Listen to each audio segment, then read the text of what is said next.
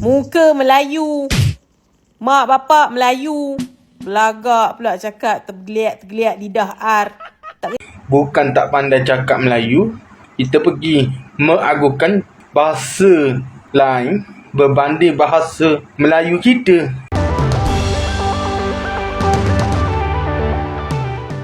Ya, tahun 2025 ini menjadi salah satu babak baru dalam ekspansi bahasa Indonesia di luar negeri.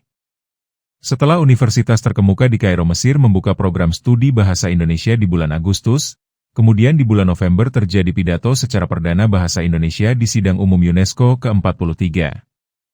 Lalu di waktu yang saling berdekatan, ada dua negara yang menggelar konferensi bahasa Indonesia.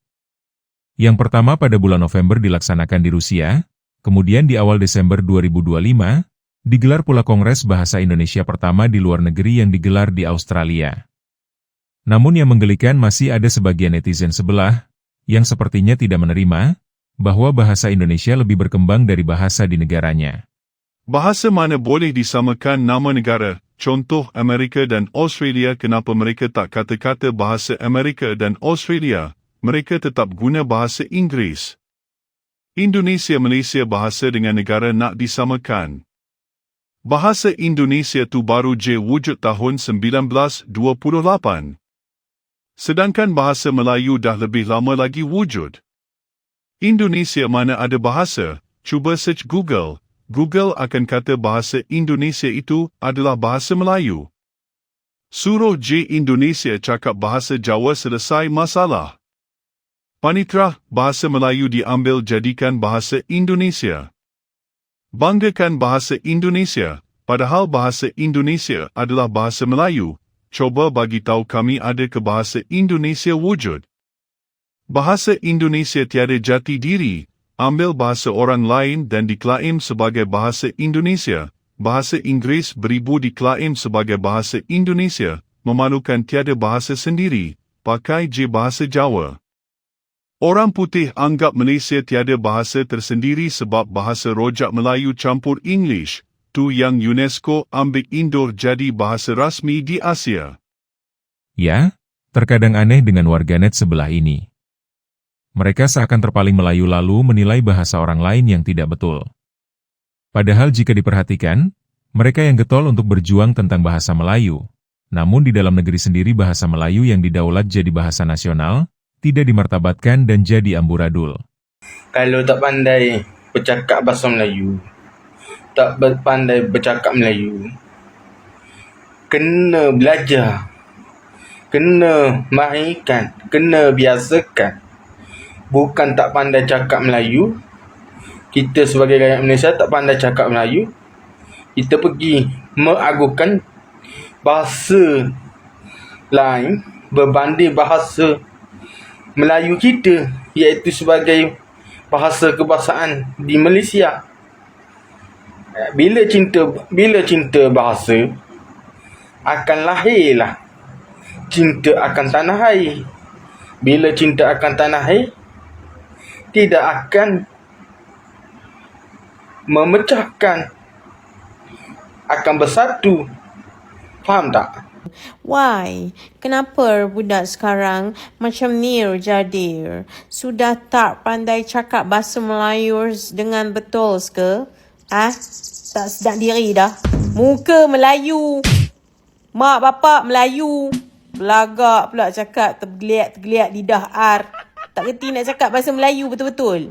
Nak cakap bahasa Inggeris, cakap bahasa Inggeris betul-betul. Tak payah slang-slang. Kenapa? Eleh. Macam terror sangat bahasa orang putihnya pun. Kalau dah terror sangat bahasa orang putih, cakap bahasa orang putih betul. Cakap betul. What's going on? Like this? Why? Slang. Kau dulu beranak kat hospital mana? Kau dulu sekolah kat sekolah mana? Tak sedar diri. Nak slang. Sayur.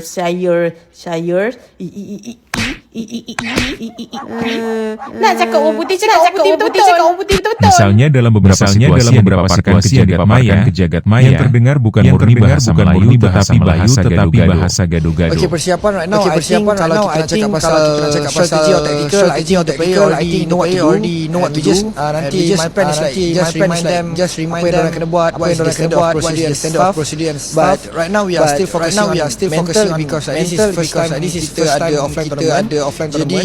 Jadi nak prepare our mental so that kita dah ready lah untuk SEA Games nanti. Kemenangannya adalah yang pertama konsistensi. Sebab bila kita konsisten, ini adalah campuran point, betul? Jadi bukannya we are not winning by one people, we both combine the point to win the game. So masing-masing kedua-duanya harus konsisten, dua-dua sebab kalau orang. Lalu mereka dengan bangga mengeneralisir bahwa penutur bahasa Melayu berjumlah 300 juta.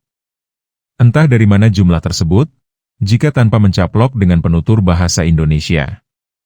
Sementara jika dihitung jumlah penutur BM, baik yang ada di negaranya ditambah beberapa negara tetangga, itu pun jumlahnya kurang lebih angka 100 juta.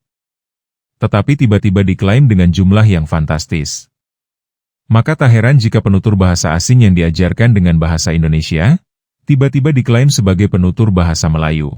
Ramai yang tak perasan, bahasa Melayu sangat kuat di Asia. Betul ke? Bahasa Melayu sememangnya mempunyai kedudukan yang kuat di Asia kerana dituturkan oleh lebih 300 juta orang di rantau Asia Tenggara, menjadikannya antara bahasa paling luas digunakan di benua ini.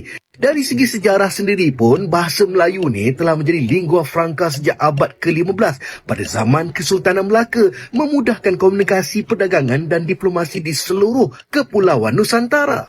Wah, terkenal betul bahasa Melayu di seluruh dunia. Nah, jika diperhatikan dengan berbagai komentar dari netizen sebelah, sepertinya mereka ingin Indonesia mengganti nama bahasanya dengan bahasa Melayu, atau diberi embel Melayu Indonesia, dan atau mereka meminta Indonesia mengakui atau menganggap bahasa Indonesia sebagai bahasa Melayu. Sehingga secara otomatis bahasa nasionalnya akan ikut terangkat. Sementara jika diperhatikan, mereka yang merasa terpaling Melayu, tetapi tidak memartabatkan bahasa Melayu.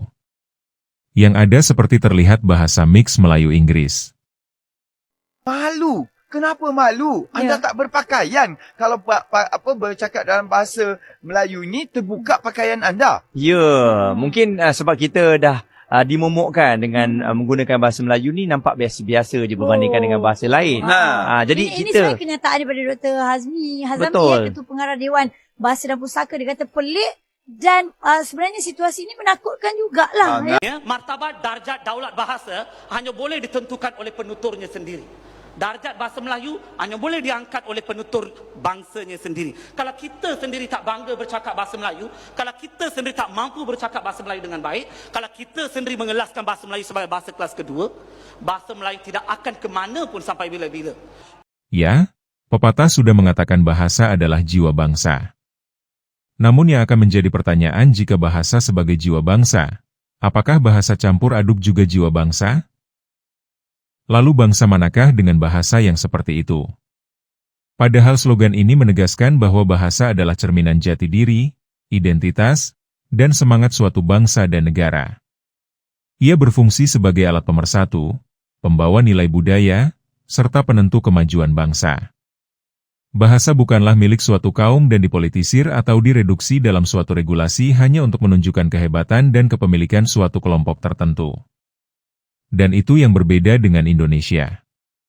Bahasa Indonesia adalah jiwa bangsa Indonesia yang menyatukan keragaman bahasa yang ada di Indonesia.